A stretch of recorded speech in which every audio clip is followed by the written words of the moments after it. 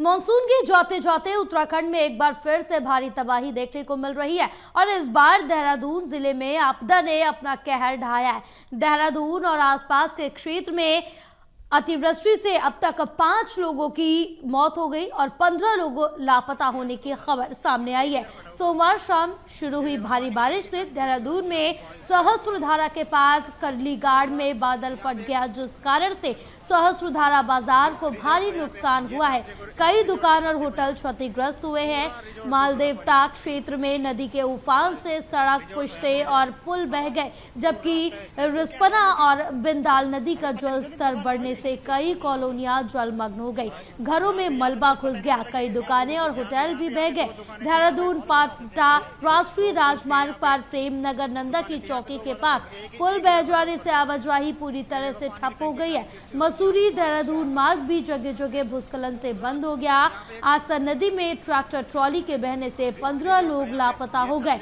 2 लोगों के शव मिले हैं।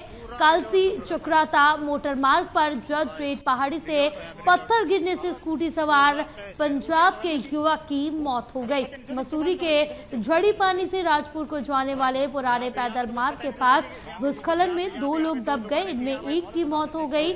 मलबा भरने के कारण देवभूमि कॉलेज में छात्र छात्राओं को बाहर निकाला गया। बहरहाल उत्तराखंड के मुख्यमंत्री पुष्कर सिंह धामी ने खुद आपदा प्रभावित क्षेत्रों का दौरा किया और इस बीच प्रधानमंत्री नरेंद्र मोदी और केंद्रीय गृह मंत्री अमित शाह ने उनसे फोन पर बातचीत की है और आपदा राहत कार्यों की जानकारी ली। साथ ही कैबिनेट मंत्री गणेश जोशी ने सहस्त्रधारा क्षेत्र का दौरा किया और उन्होंने बताया कि करालीगढ़ में अभी 26 लोग फंसे हैं, उनको निकालने का प्रयास किया जा रहा है।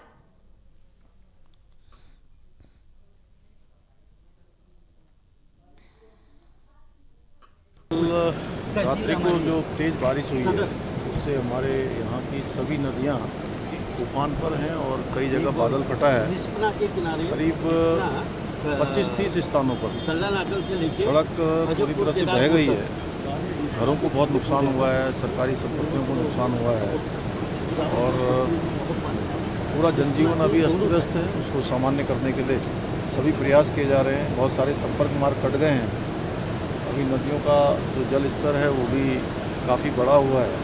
पुल भी खतरे की जद में, आप देख रहे होंगे। ये हमारा सोंग और बांदल पर बांदल 2 नदियाँ यहाँ पर मिलती हैं। उस पुल को भी खतरा हो गया है, उसका जल स्तर कम होगा। हम लोग सभी विभाग हमारे युद्ध स्तर पर काम कर रहे हैं, सभी कोऑर्डिनेशन कर रहे हैं।